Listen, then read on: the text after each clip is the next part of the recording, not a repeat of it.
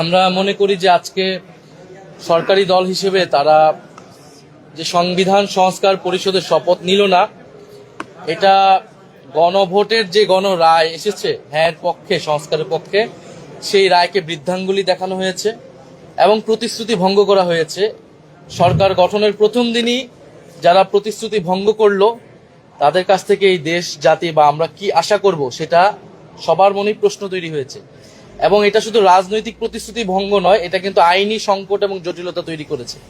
কারণ গণভোট যেই আদেশের ভিত্তিতে হয়েছে, যে জুলাই জাতীয় সনদ ব্র্যাকেটে সংবিধান সংস্কার বাস্তবায়ন যে আদেশ, সেই আদেশে সুস্পষ্টভাবে লেখা আছে যে জনগণের যে সার্বভৌম অভিপ্রায় জুলাই গণঅভ্যুত্থানে হয়েছিল, যার ভিত্তিতে সংস্কারের আকাঙ্ক্ষা, সে অনুযায়ী গণভোট হচ্ছে এবং গণভোটের যদি হ্যাঁ পক্ষে রায় আসে তাহলে শপথ হবে একই অনুষ্ঠানে। সুস্পষ্টভাবে আদেশে লেখা আছে একই অনুষ্ঠানে নির্বাচিত যারা সংসদ সদস্য হবে তারা সংস্কার যে সভা, সংস্কার পরিষদের সদস্য হিসেবে শপথ নেবেন এবং একই ব্যক্তির কাছেই তারা শপথ নেবেন এবং পরবর্তীতে কার্যক্রম আগাবে। ফলে আজকে যে তারা শপথ নিল না, এটা কিন্তু হ্যাঁ তারা এটাতে সাইনও করেছে জুলাই সনদ, যার ভিত্তিতে হচ্ছে পরবর্তীতে আদেশ হয়েছে এবং এই আদেশটাকে কিন্তু তারা মেনে নিয়েছে, গণভোটকে তারা মেনে নিয়েছে, গণভোটে তারা অংশীদার ছিল।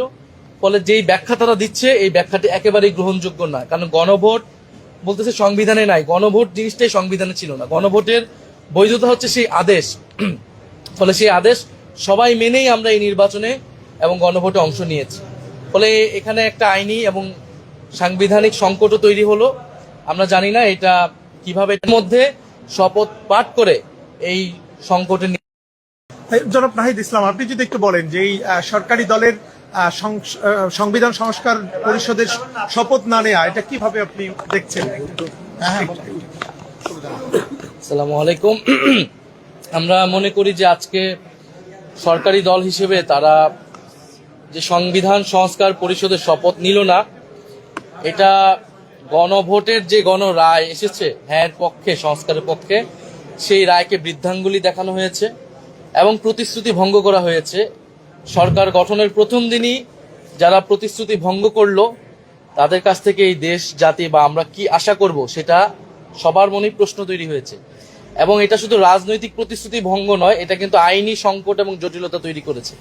কারণ গণভোট যেই আদেশের ভিত্তিতে হয়েছে, যে জুলাই জাতীয় সনদ ব্র্যাকেটে সংবিধান সংস্কার বাস্তবায়ন যে আদেশ, সেই আদেশে সুস্পষ্টভাবে লেখা আছে যে জনগণের যে সার্বভৌম অভিপ্রায় জুলাই গণঅভ্যুত্থানে হয়েছিল, যার ভিত্তিতে সংস্কারের আকাঙ্ক্ষা, সে অনুযায়ী গণভোট হচ্ছে এবং গণভোটের যদি হ্যাঁ পক্ষে রায় আসে তাহলে শপথ হবে একই অনুষ্ঠানে। সুস্পষ্টভাবে আদেশে লেখা আছে একই অনুষ্ঠানে নির্বাচিত যারা সংসদ সদস্য হবে তারা সংস্কার যে সভা, সংস্কার পরিষদের সদস্য হিসেবে শপথ নেবেন এবং একই ব্যক্তির